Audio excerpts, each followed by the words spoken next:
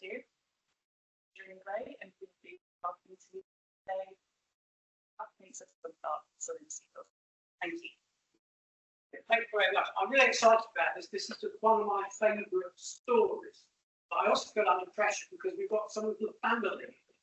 So they may know more than I do, so I have to be very careful. But I'm passionately interested in local history, Lincolnshire history and Nottinghamshire history I've worked on. And actually, over the last 10, 15 years, I've been researching on the development of the Christian faith in the two counties. And in the course of doing that research, which covers Mayflower Pilgrims, early Quakers, early Baptists, all sorts of people go to this area, this is actually one of my favourite stories in the whole thing. But also, I think this is a story which really speaks to issues today. There's lots and lots of messages that you can pick up from the story about this man's amazing life. And if it were my way, I'd make sure that every Scunthorpe primary school took him as their key stage 1 person that you have to study, to look at, because there's so much in terms of understanding the community. Well, how many people know about this gentleman? Okay, so a bit of pressure, and usually when I'm talking, nobody has a clue what I'm talking about, which means that I can make a mistake and they won't realise. But you know, just what a fantastic contrast, just with the two pictures here. They don't go together at all, do they? And yet they did, and it's an extraordinary story. So we're going to try and follow through all that happened in this amazing life, and things keep emerging as well. Let's see if the clicker works. No, it doesn't. I have to press the button, please.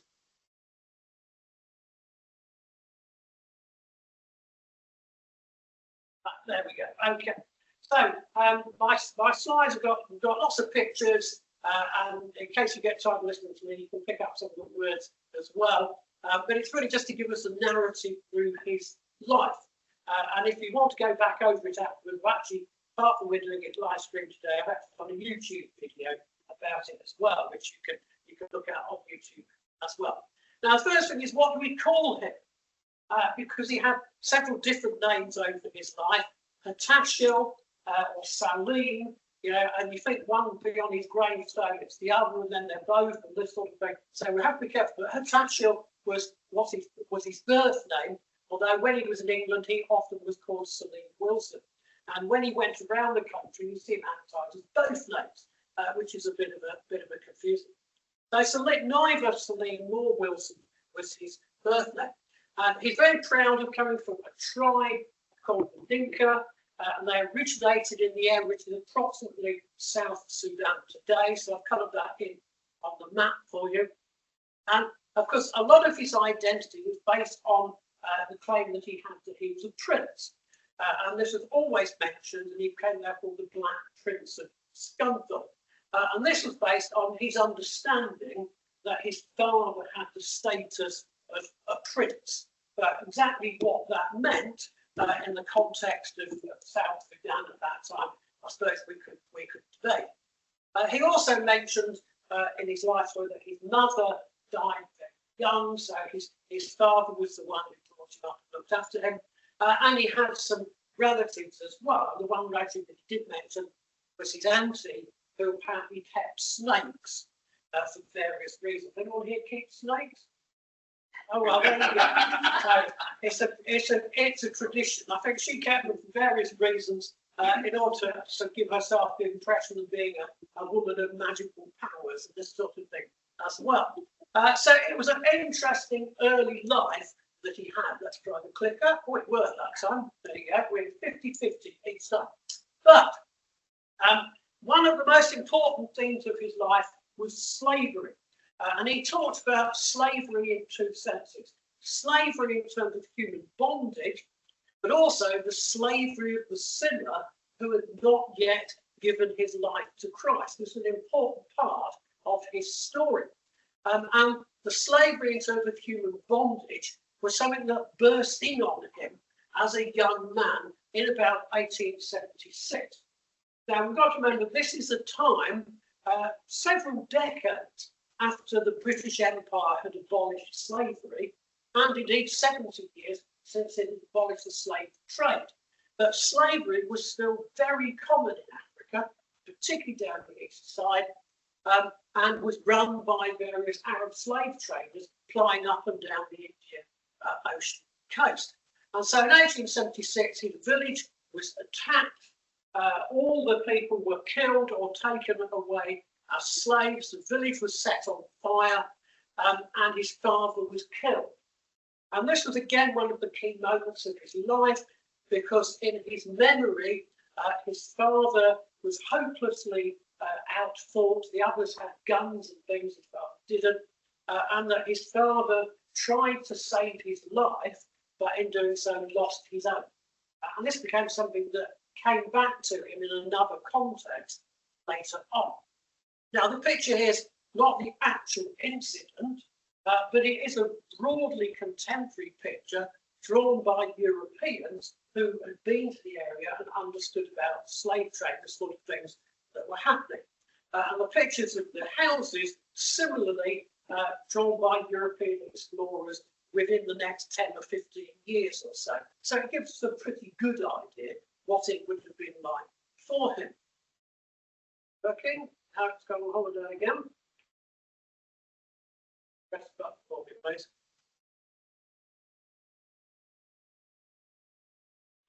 Okay, is that you or me? I don't know. Who knows?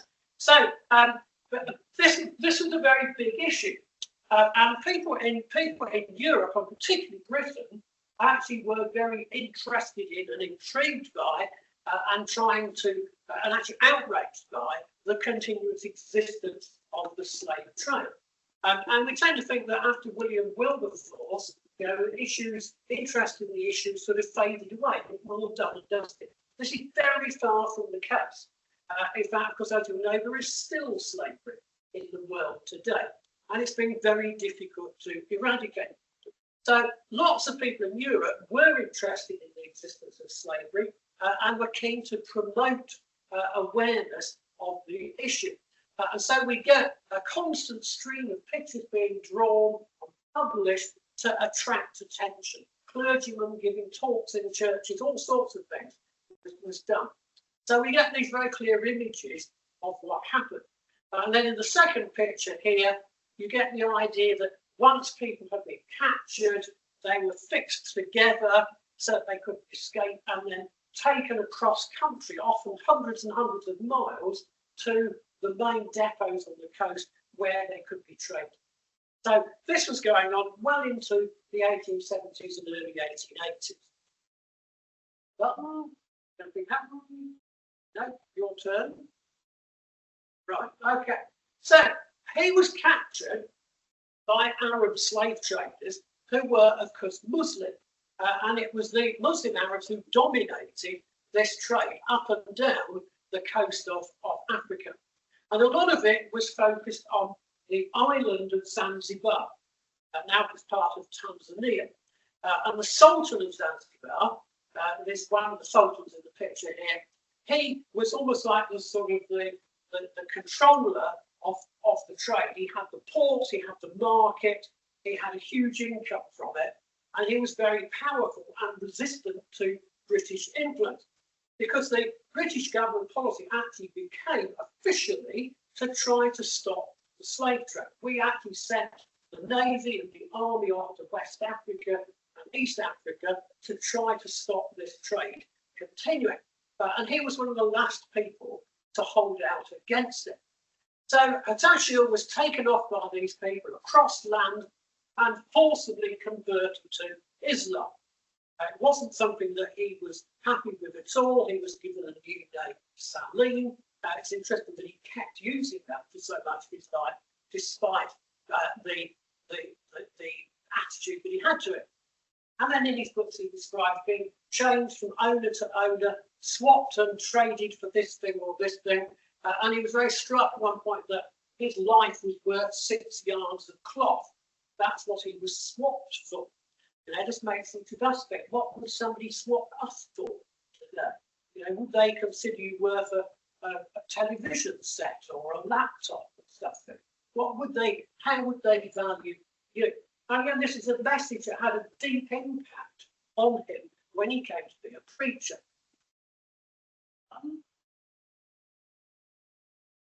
Okay, so more pictures of the trade. Now, I mentioned that I'm interested in Nottinghamshire as well, and you'll all have heard of Dr. Livingstone. Yes? Yeah. I don't think he gets taught in schools very much these days either. So, Dr. Livingstone, because he's he's famous as a missionary, but actually he was much more successful as an explorer and a campaigner.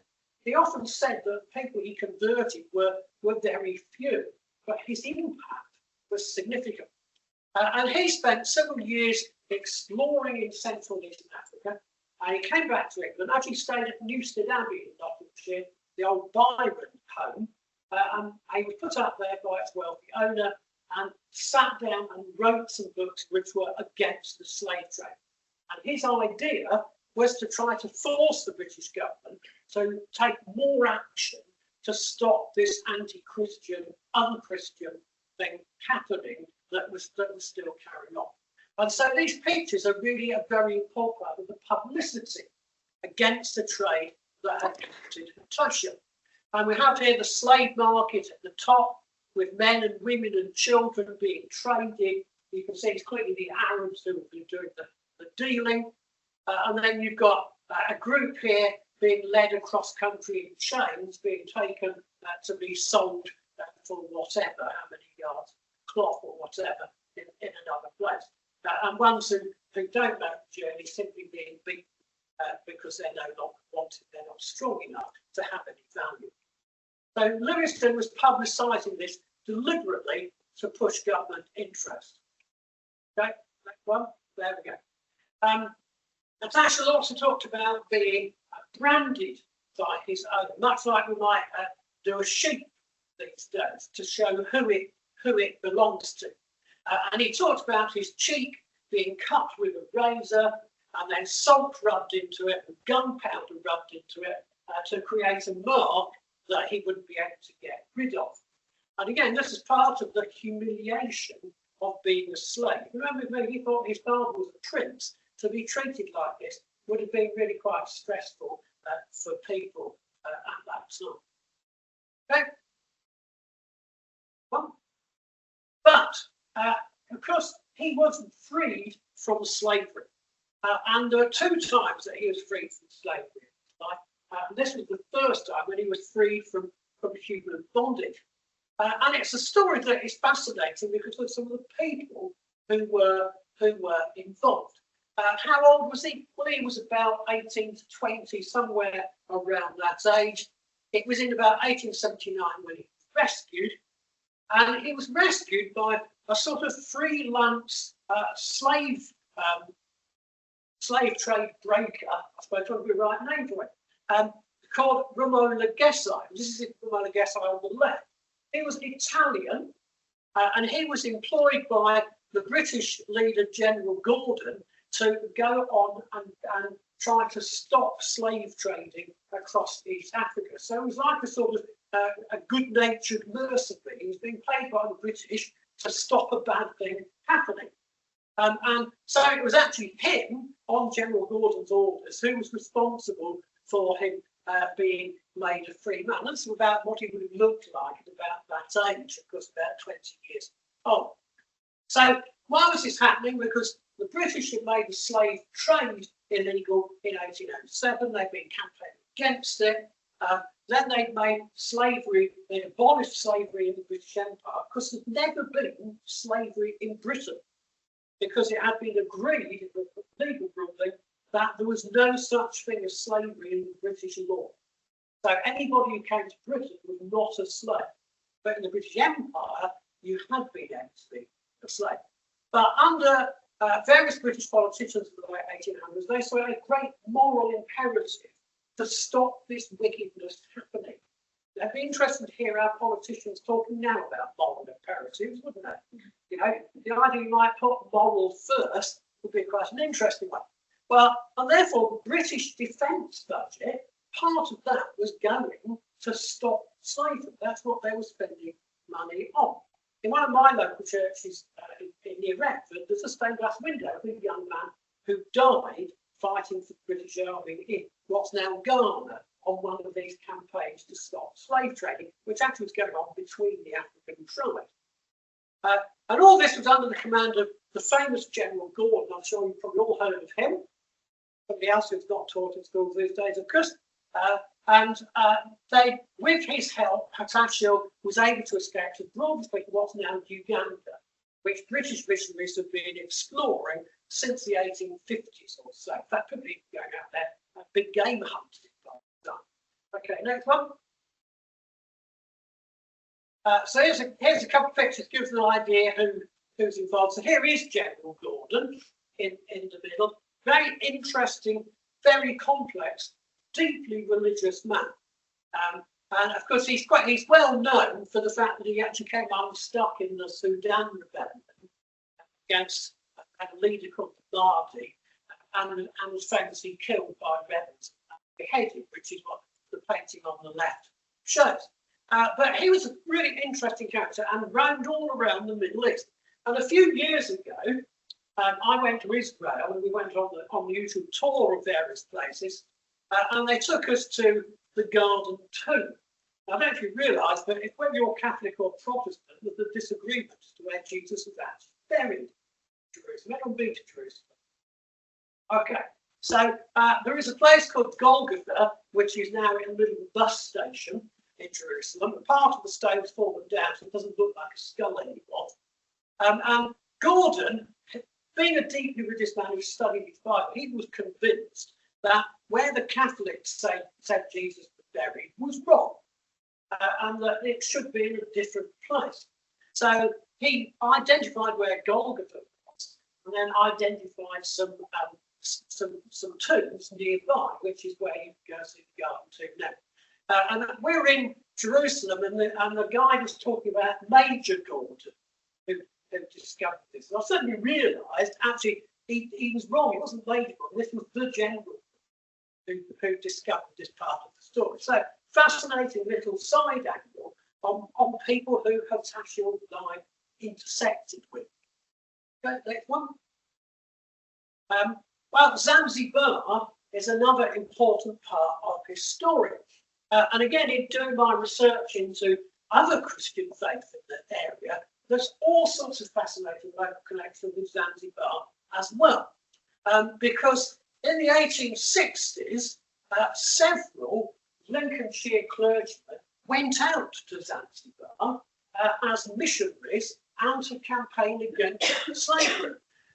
And so there's several of them. There's William Tozer, who was the rector of Dolan Marsh for 10 years, returned, health completely broken by that stage, and actually fetched up a little while at South Ferriby, not so far from here at all. So here's an intriguing local man. There was Charles Allington. He was from Swinhoe, which is a village in the Wolds, possibly know where it is, very obscure little village, in fact.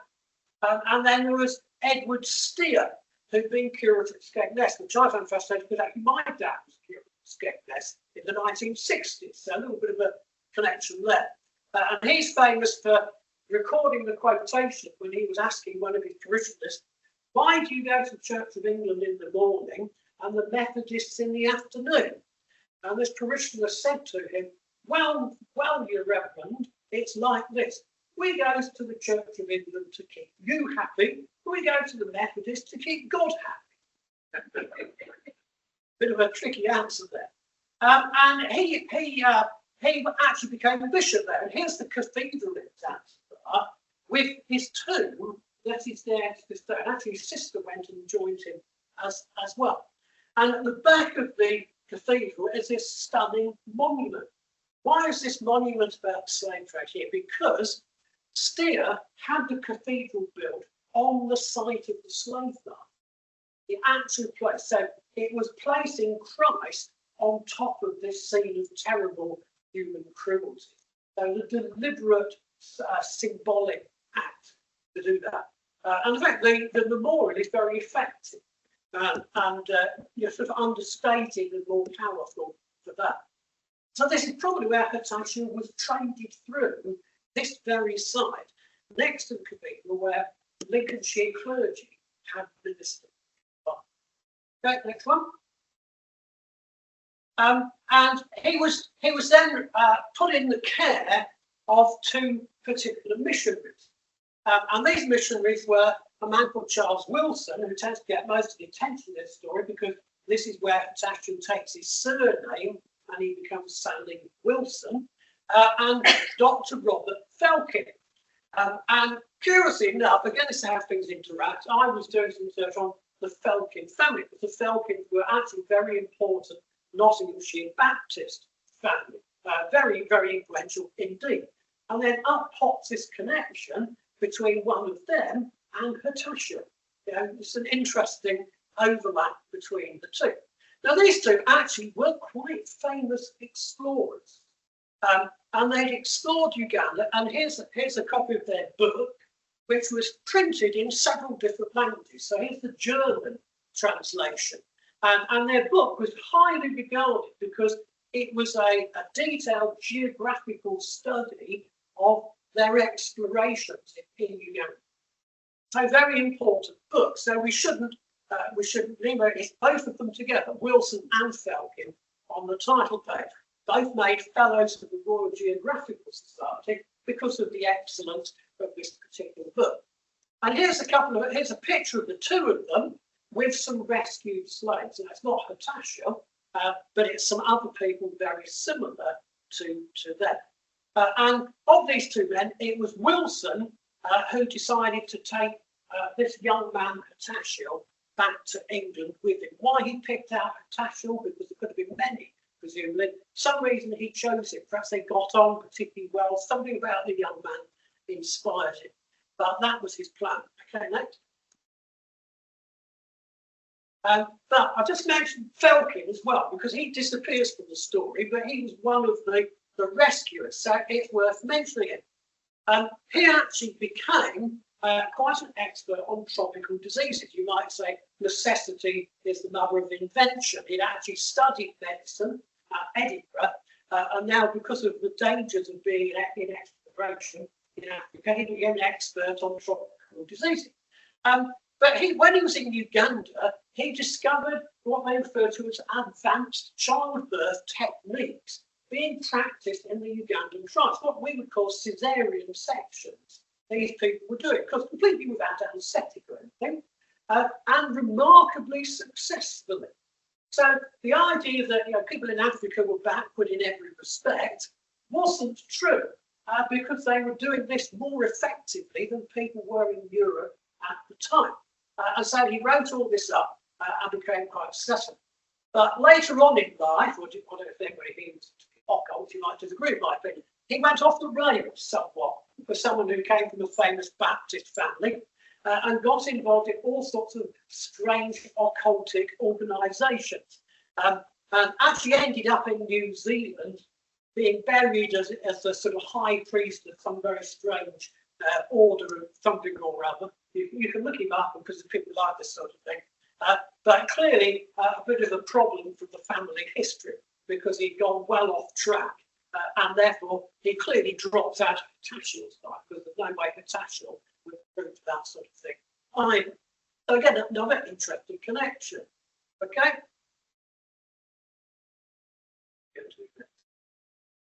Good. And we've got lots of pictures as well of life in Uganda, of the missionary life that Hatashiel would have passed through. Some of them quite idyllic, like this particular suggests. Next.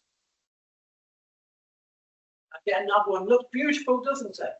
Now, what you can't see is the disease and the climate in these pictures.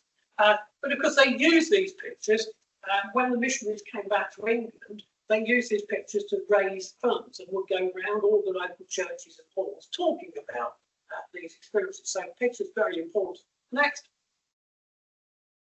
But not always happy. So one of the pictures in one of their books is of these gravestones, and they went and found where two previous missionaries had been killed.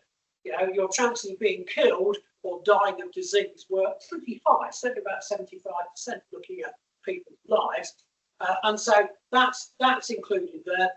And then now you can still buy this book, by the way, if you've got several £100 spare. You can get it from an antique bookshop. and it describes all their experiences. These two there, including lots of fabulous pictures. Yeah. So after that, Wilson brought Hatatchel back to England. So of course, we're talking about going from here up round the Cape of Good Hope. So it would have been quite a long journey on a steamship. A young man who, of course, had grown up with no concept of the sea, even. That must have been quite an exciting experience for him. And now he was going to arrive in a totally different environment. Okay, next. And he arrived with a man who already had a national reputation. So people like Livingston and Wilson were well known in the day. Their activities were reported in the newspapers. Can you imagine that the Daily Mirror would report on the activities of missionaries today? Doesn't seem very likely, does it? But they were sort of heroes at the time. And so we've got another picture here of Wilson, who's the man at the back with the beard, because missionaries always had beards. It was a compulsory activity, really, growing a beard. He's there with Queen Victoria, interpreting for some visitors from Africa. So he could mix in high end of society as well. So when Salim or Hatatchel took the surname Wilson, he was taking a name of some repute. Okay? Now, what we have to try to do is to decide for ourselves when he writes a little bit of memoir, is he telling it absolutely straight, or is he playing it up a little bit? Because I get the suspicion with him sometimes that he's very clever at playing the sort of, they'll all think that I'm a bit of a strange person, so I'll deliberately be a bit strange. And he was quite aware that people would think that Africans were all sort of like 5-year-old children, and he'd play up to that. A little bit like he realised eventually that the best way to get attention was to play the Prince card and dress up for it. So sometimes you think, is he dressing up his life story for the benefit of the listeners? So he writes this highly entertaining section about when he supposedly first saw a mirror. And of course, this implies that there weren't any mirrors in Zanzibar, and there weren't any mirrors on the steamship that he spent several months on coming back to England. He'd never seen his reflection in water or anything like that. So he tells a story. So you have no doubt been told by travellers that few things please a black man more than a mirror.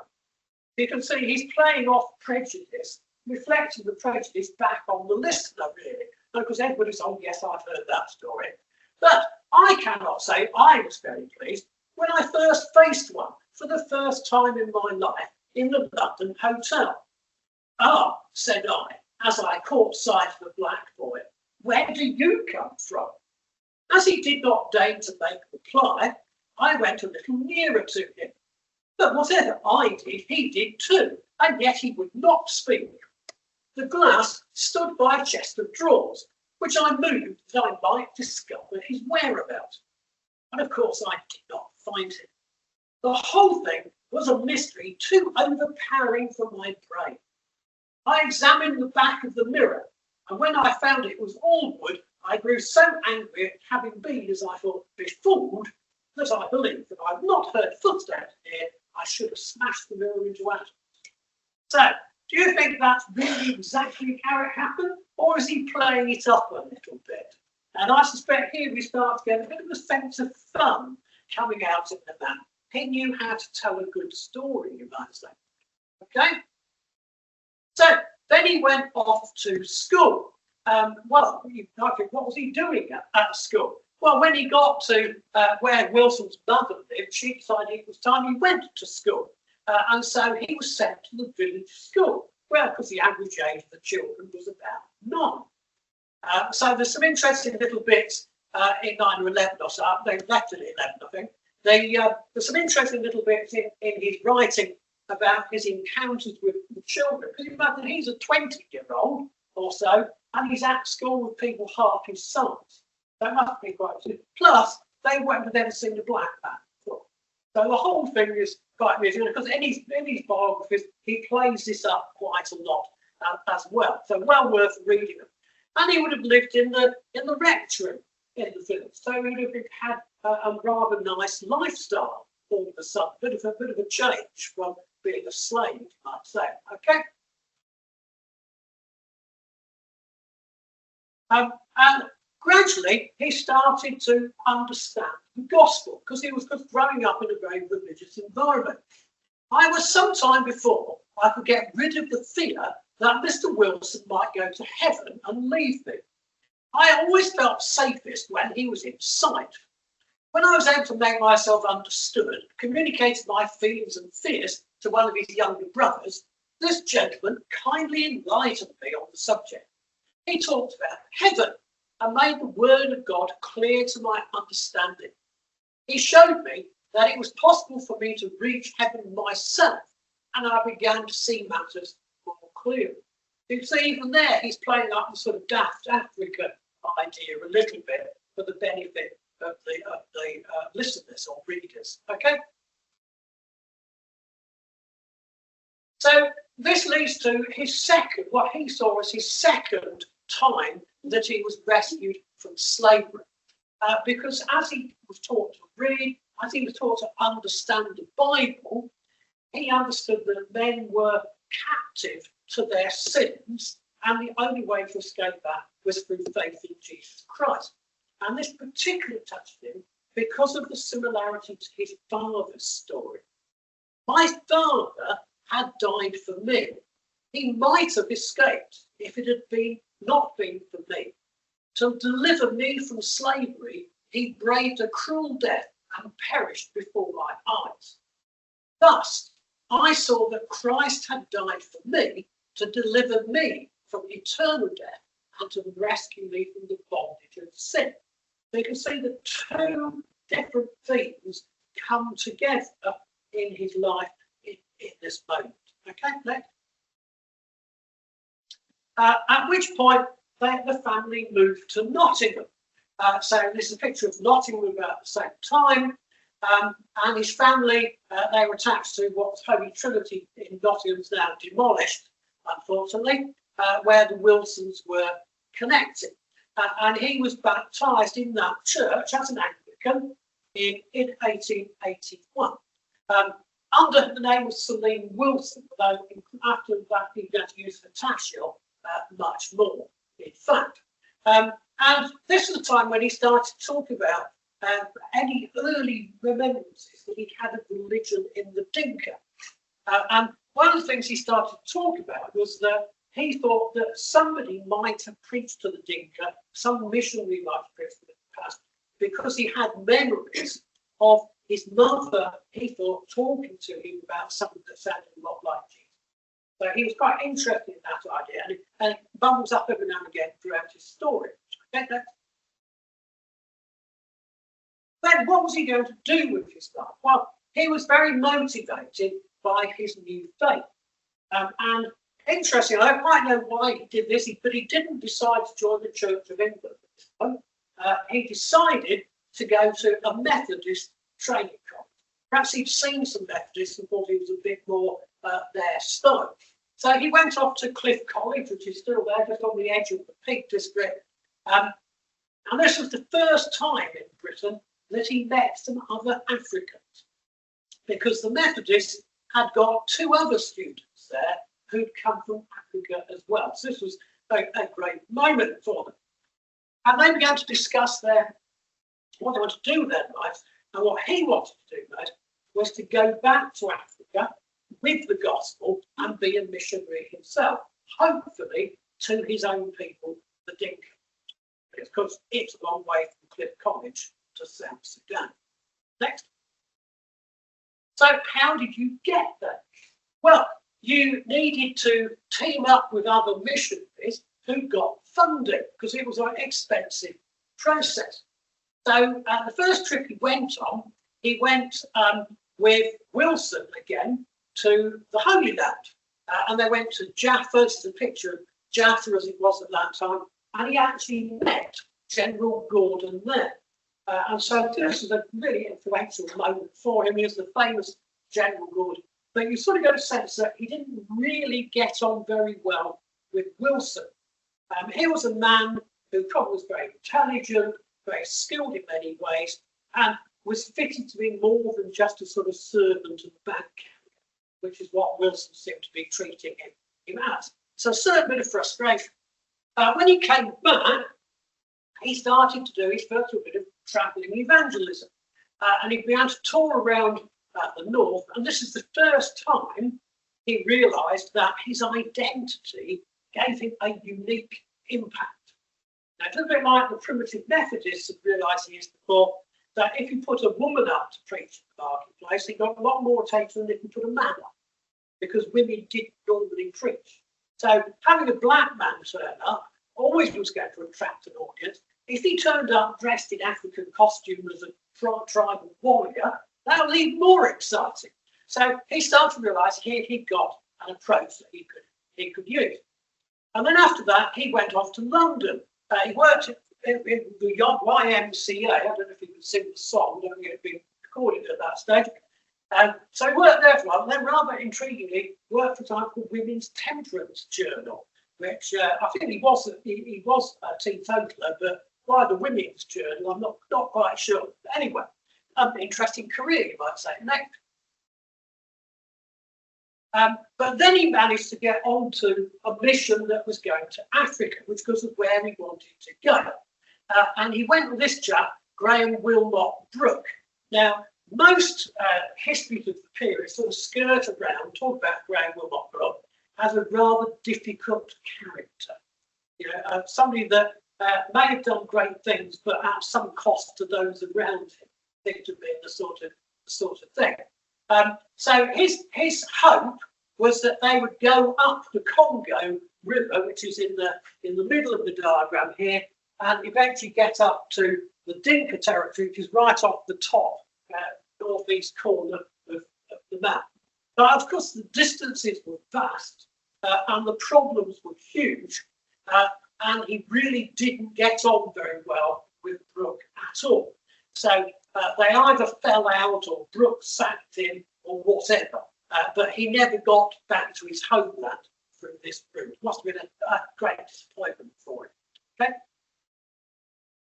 Okay, put a little diagram to see anyway. So here's a picture of Brooke on one of his trips. He perhaps one of the issues was he realised Brooke wasn't going where he wanted to go, so they fell apart. In 1888, he had to make his own way back to England. Next. But that wasn't the end of his trips. So the next thing we know is that he went on a mission, not to Africa, but to the Forest of Dean. So he went to try his hand with the coal miners, and that was quite successful, apparently. He went with another perhaps working class preacher to do that sort of thing. And then in 1893, he went with two others to Tripoli in North Africa, what's now Libya, of course. And that was the only time he ever met anyone from his tribe. So he met two or three refugees from the Dinka tribe there, and he was able to speak his own language again, which he'd not been able to speak for years at this point. So again, that was as near as he ever got to being able to preach to his own tribe, which he's able to do. Okay. So then back to England, and he lived at Wakefield, or a place called Hoyland, for a while, and became a travelling missionary. So I've tried to identify some of his movements from newspaper references to, we've got the African Prince preaching tonight, which you get quite a bit on. And so you can see that over a period of 10 years, this is by far not a complete list at all, by the way. These are just ones I've found so far.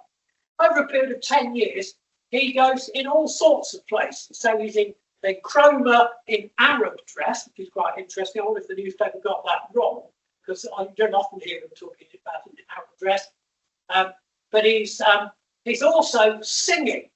So you've got Zion Chapel near Huddersfield sang solo.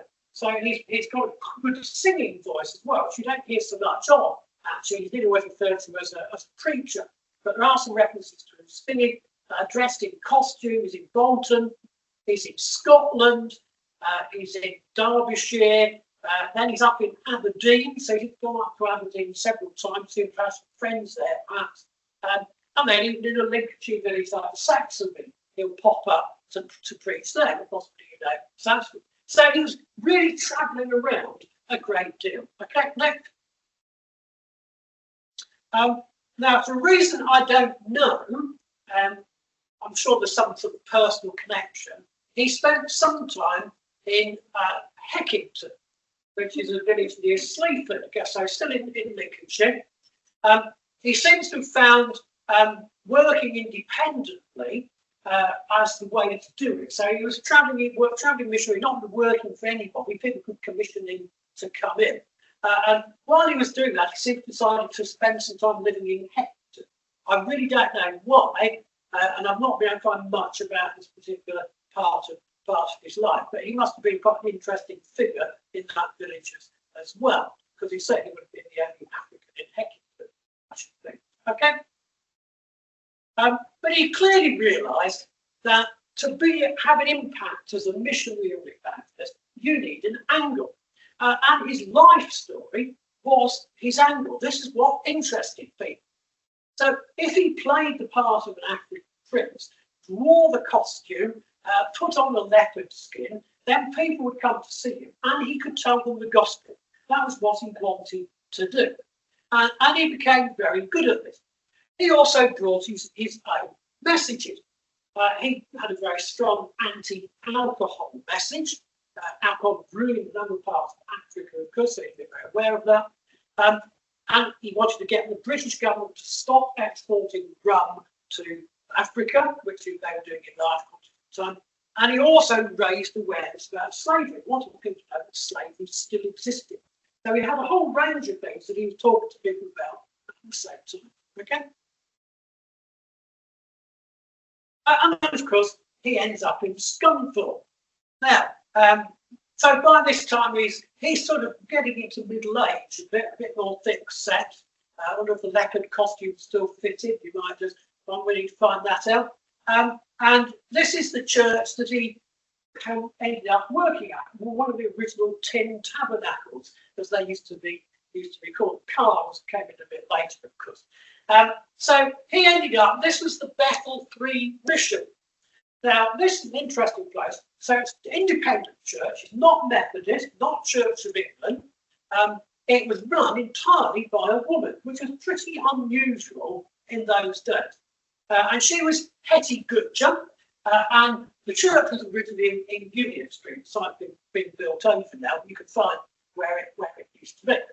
So she was running the church, and then she employed him, a black man, as her sort of assistant. So it must have been the most unusual church in Britain, run by a woman with a black African prince as the assistant.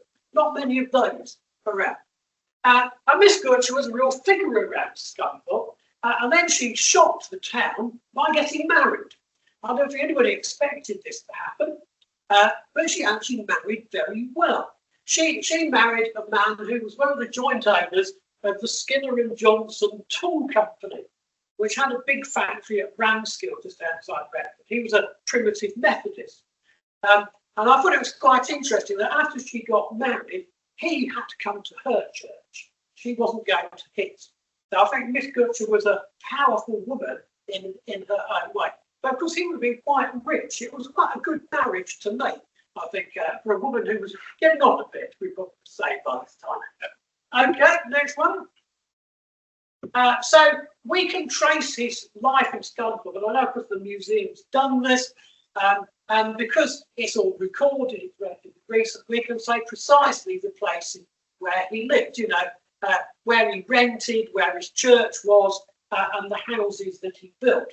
Yeah, there's a really easy to find little trail of activity that we can follow. Actually, that's the church he got married at, the bottom one there. I think it's actually where Bethel was sort of down here a little bit, close to where the shop was. Okay, next one. Okay, I'd like this one. So lodged here, keep pressing, married here, and then built houses there. So that's part of the trail, but we can add where the church was last week. So we can follow around the town. Hopefully, when you're doing your guided tour, somebody was talking about, you're going to go to some of these places, they ought to have blue plaques on them. Come on, Scunthorpe, you haven't got that many famous people. Let's do something about it. So he rented a room from Eliza Holden. Descendants are here today, so I would be careful. And they fell in love and got married. So it was quite an interesting surprise to historians. So here's the houses where they lived, and this is more or less where the Bethel mission was at the time. It's now being built over, really just round the corner a little bit. And she was a member of that church, so you can see how they arranged it. She was a widow, a bit short of cash probably, so had a rental room to the new preacher, and they got to know each other, and the happiness followed, which is rather sweet at his stage of life, because he, well, we know, hadn't had any sort of that love in his life at all for years. Okay, next one. So we have the wedding day, one of the great days in Scunthorpe's history. Now, I have seen a report that Pathé News filmed this wedding because it was so unusual. But have you seen the film? No. So I've looked on the archive, so I can't identify it. It would be fantastic if this could turn up somewhere. But it really was reported that cameras came to film it. And if we could find that, what a treasure it would be, eh? But that was because it was so unusual. A black man was a rarity. A big black man marrying a little white woman was even more interesting. But what is intriguing is when you read the reports of this, you don't really pick up much in terms of sort of racist attitude or anything like that. It's really the fact that these two are so different, you know, that's what intrigues people. And you don't sort of get any sort of, well, they shouldn't be allowed it and this sort of thing going on at all.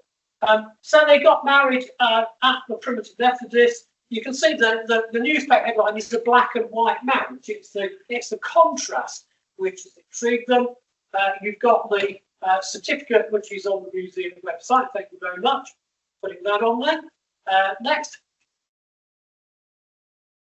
And we can take some actual extracts at the time. So we've got the Black Prince, popular Scunthorpe man is married.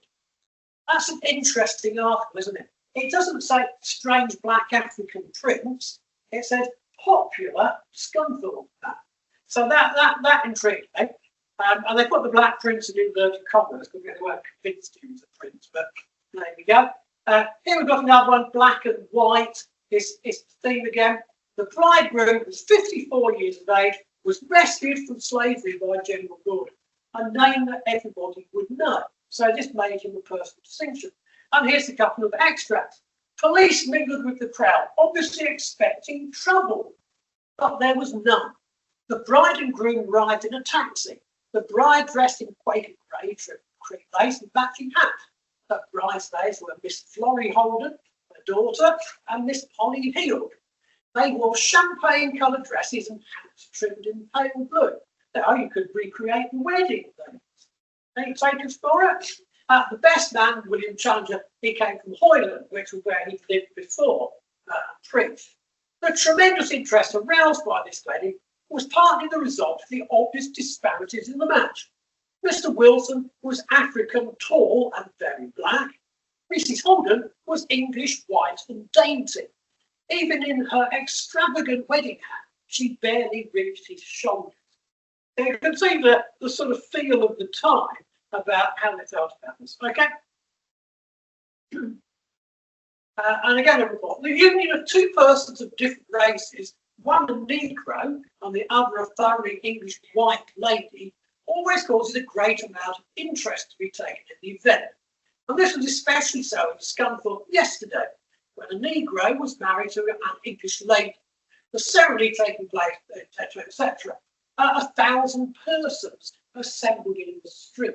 So apart from the use of that word, which wouldn't be tolerated anymore, it's a curiosity, but actually there's not any real antipathy to the event. Okay. Now he, because they're both getting on a bit by this time, his wife I don't know which he had a choice of surnames to take, I suppose. His wife really wasn't up to living the life of a travelling evangelist. And so he seemed to rather settle down. And so we've got the shop here. But do you know who the people are? Yes, it's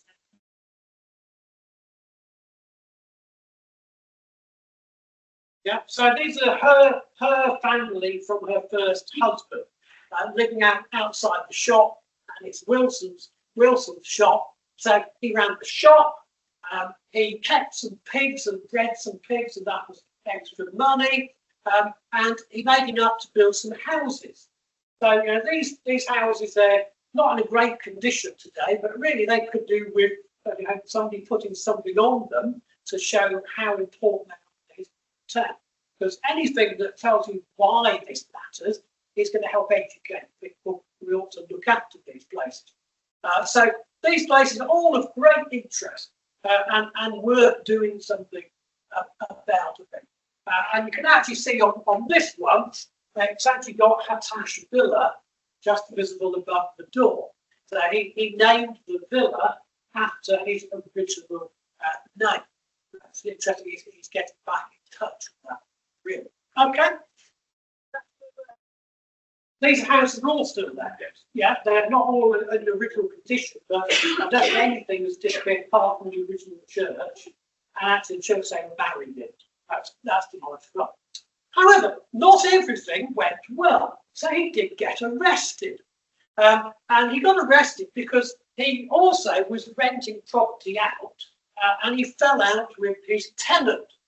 And so in June 1913, he appears in the newspapers accused of trespass and false imprisonment. You can just see something that's gone on here. And so it's a proper tribe. They get the name, they get the name of his tribe wrong. But clearly the fact of interest is that this an African prince has been arrested in Scunthorpe. It's not something that you hear every day. The Lincolnshire Chronicle actually had quite a long article about it, and it referred to him as the Prince throughout. You know, they weren't interested in calling him by his actual name. The Prince is what they like to call him. That would get the interest. So you can see here, the Prince denied most of the statements made and called his wife, a white woman, to give corroborative evidence. So what happened? He was fined a nominal 30 shillings and 1 shilling for trespass, and he not committed for false imprisonment at all. So life wasn't always smooth for him, a little bust up there. Okay. And so we get really towards the end of his life, where he wrote an autobiography. In fact, he wrote his autobiography a couple of times, if we'll be honest, and it was reissued on a number of occasions. Here's one version of it. This is the whole museum version. They've got a copy because of his connection with the Wilberforce anniversary. So that helped him, but he did have a little bit of a setback because he thought he would qualify for one of the new pensions. But he'd arrived in the country years before and never taken out any naturalisation payments. So he wasn't actually officially a British citizen. And therefore didn't qualify for a pension. So in his old age, he was therefore left a bit short of cash and had to think about ways of trying to keep himself in money. And so we find him in the 1920s around and about, still preaching, which he's been doing for a number of years.